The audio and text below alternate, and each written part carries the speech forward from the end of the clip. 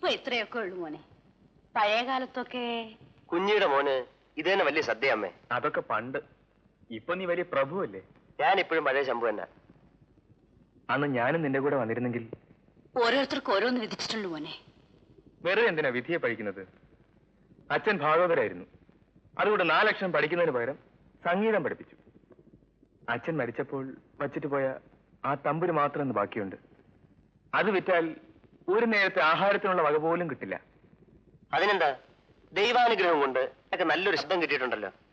പണ്ടത്തെ പോലെ കച്ചേരിയോടുള്ള കമ്പൊന്നും ഇന്ന് ആർക്കുമില്ല. പിന്നെ പാടാൻ അറിയാമെങ്കിൽ വല്ല കുളക്കടവിലോ പാടത്തോ പോയി പാടിയിട്ടുണ്ട കാര്യം. നീ വിഷമിക്കാതെ, നീ എന്റെ കൂടെ വാ. നിന്നെ ഞാൻ ഒരു വലിയ പാട്ടുകാരനാക്കും. ഈ വീടിനുള്ള കടപ്പാടുകൾ എനിക്ക് മറക്കാനാവില്ല. കുറച്ചുകൂടി ചോറ് വിളമ്പട്ടെ മോനെ? വേണ്ടമേ, വയറ് ഡമ്മായി.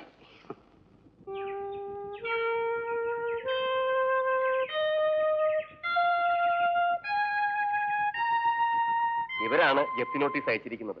3 ദിവസത്തിനകം പണം കൊടുത്തില്ലെങ്കിൽ അപ്പം തിരുമേനിയെ തറവാട്ടി നിറക്കി വിടും. എല്ലാം കൂടെ കടം എന്ത് വരും?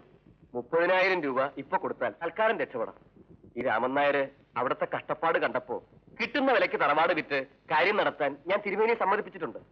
എന്ത് ചെയ്യാനാ, തൊട്ടും തീണ്ടിയും ജീവിച്ചിട്ടില്ലാത്തവരാ. അതൊക്കെ പണ്ടല്ലേ രാമൻ നായരെ.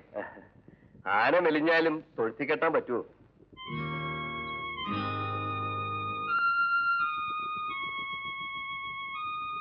ഇതാ 30,000 രൂപയുണ്ട്. ബാക്കി ഞാൻ വീട് കണ്ടിട്ട് പറയാം. എനിക്കും കാര്യമായിട്ടെങ്കിലും തരണം. വൈകിട്ട് അവിടെ വരുമ്പം രാമനാർ കാര്യമായിട്ട് എന്തെങ്കിലും തരാം. അവിടെ കാണണം. കാര്യമായിട്ട് തരുന്ന അറിയാം, എന്നാലും ഒന്ന് ഓർമ്മിച്ചേ ഉള്ളൂ. ഞാൻ വരട്ടെ. പണ്ട് ചെയ്തതിന്റെ ഒക്കെ ഫലം ഇപ്പൊ അനുഭവിക്കുക.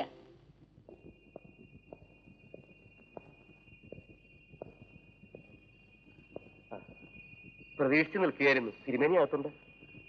തൊട്ടും തീണ്ടിയും ജീവിച്ചിട്ടില്ലാത്തൊരാകുമ്പം ആരും ഈ ഉമ്മറത്ത് ചെരുപ്പിട്ട് കയറിയിട്ടുണ്ടാവില്ല അല്ലേ?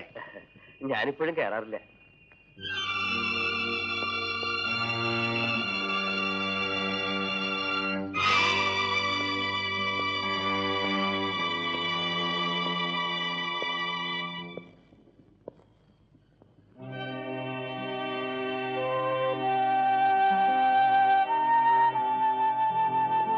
ഈ കസേരയിൽ ഇരുന്നായിരിക്കും പ്രജകളെ ശിക്ഷിക്കാനുള്ള കൽപ്പന പുറപ്പെടുവിച്ചിരുന്നല്ലേ? എന്നാൽ ഇന്ന് ഈ കസേരയിൽ ഞാനിരിക്കുന്നു. തനിക്ക് എന്നെ മനസ്സിലായോ? ഇല്ല. ശരി, പറഞ്ഞുതരാം. തനിങ്ങ് വാ.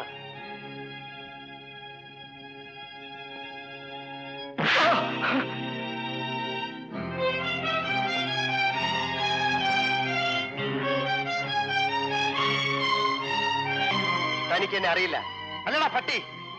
15 വർഷം മുമ്പ് ഈടത്ത് താൻ അടിച്ചു വീഴ്ത്തിയ പിന്നീട് ചുട്ടുവന്ന കുഞ്ഞെന്ന സ്ത്രീ തനിക്ക് ഓർമ്മയുണ്ടോ?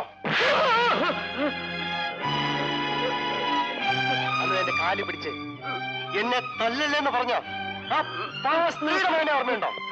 ശംഭു, ഞാനാണ് അവരുടെ മകൻ.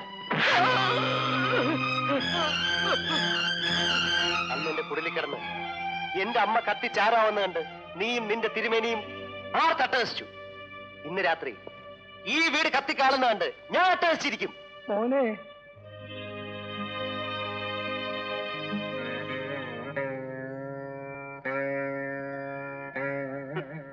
തന്തയില്ലാത്തവനെന്ന് പണ്ട് നിങ്ങൾ എന്നെ വിളിച്ചുകൊണ്ട് ഇപ്പൊ നിങ്ങൾ എന്നെ മോനെന്ന് വിളിക്കണ്ട. കുട്ടി, ഞാനെല്ലാം കേട്ടു. വേണ്ട, തുടണ്ട. കീഴാതിയല്ലേ, തൊട്ടാ കുളിക്കേണ്ടി വരും. ശവത്തിൽ കുത്തരുത് കുട്ടി. എനിക്ക് പണം വേണ്ട. ഈ തറവാട് നിന്റെയാണ്. നീ ഇത് കത്തിക്കേ എന്ത് വേണേ ചെയ്തോളൂ. പക്ഷെ ഈ മഹാഭാവിക്ക് ഒരു ഉപകാരം ചെയ്യണം. എന്നെ കൂടി ഇതിലിട്ട് നീ അതിന് തീ കൊളുത്തണം. പണ്ട് കുഞ്ഞിയെ ഞാൻ കൊന്നതുപോലെ ചെയ്യാമെന്ന് പറയൂ കുട്ടി.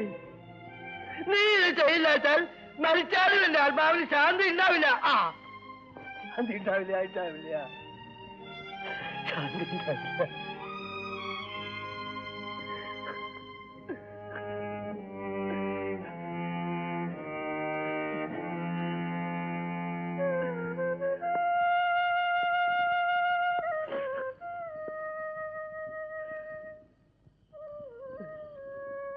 അമ്മ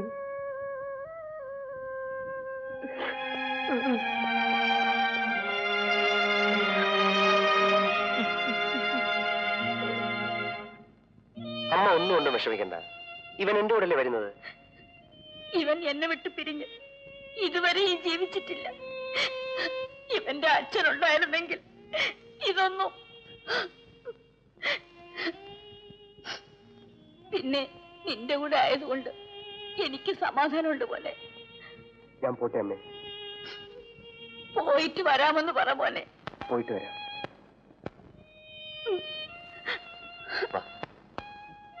ഞങ്ങൾ വരട്ടെ അമ്മേ.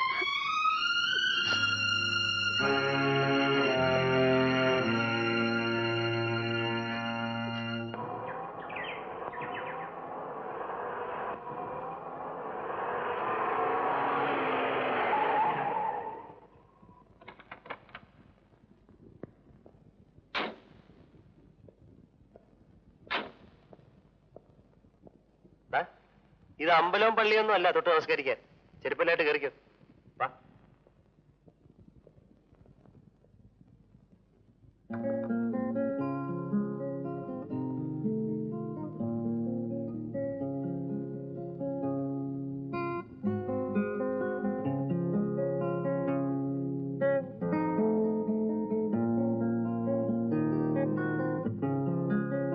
ഇതാണ് ശംഭു മഹാരാജാവിന്റെ കൊട്ടാരം. നീ വാ.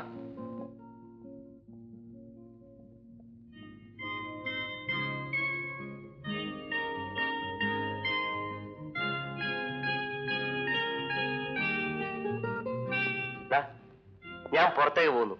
തിരിച്ചു വരാൻ അല്പം വൈകും. നീ ഭക്ഷണം കഴിച്ച് നേരത്തെ കിടന്നു. നീ എവിടേക്കാ? അല്പം ബിസിനസ് ഉണ്ട്. രാത്രിയിലോ? നിന്റെ ഗ്രാമത്തിൽ നിനക്ക് ദിവസം തുടങ്ങുന്ന പകലാണ്. ഇവിടെ നഗരത്തിൽ എനിക്ക് ദിവസം തുടങ്ങുന്ന രാത്രിയിലാണ്. നിന്റെ ഉപമ എനിക്ക് മനസ്സിലാവുന്നില്ല. പതുക്കെ മനസ്സിലാവും. തൽക്കാലം ഗുഡ് നൈറ്റ്.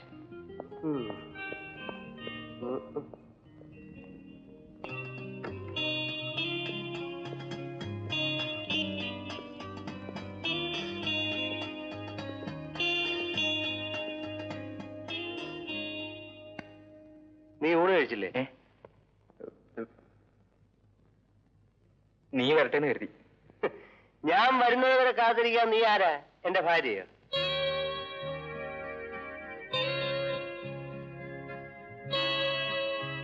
ഇതാരാ? ശാന്തി. നിങ്ങളോട് ചോദിച്ചില്ല? ഇതാണ് സ്ത്രീ. ആദത്തിന്റെ അവ, ആന്റണിയുടെ ക്ലിയോപാട്ര, ശംഭുവിന്റെ ശാന്തി. നീ കുടിച്ചിട്ടുണ്ടോ? അതെന്റെ ഈ സ്റ്റൈല് കണ്ടറിഞ്ഞൂടെ? നാറിയിട്ട് വയ്യ. മൂക്കറ്റം കയറ്റിയിട്ടുണ്ട്. നാടേ നാറിക്കിടക്ക.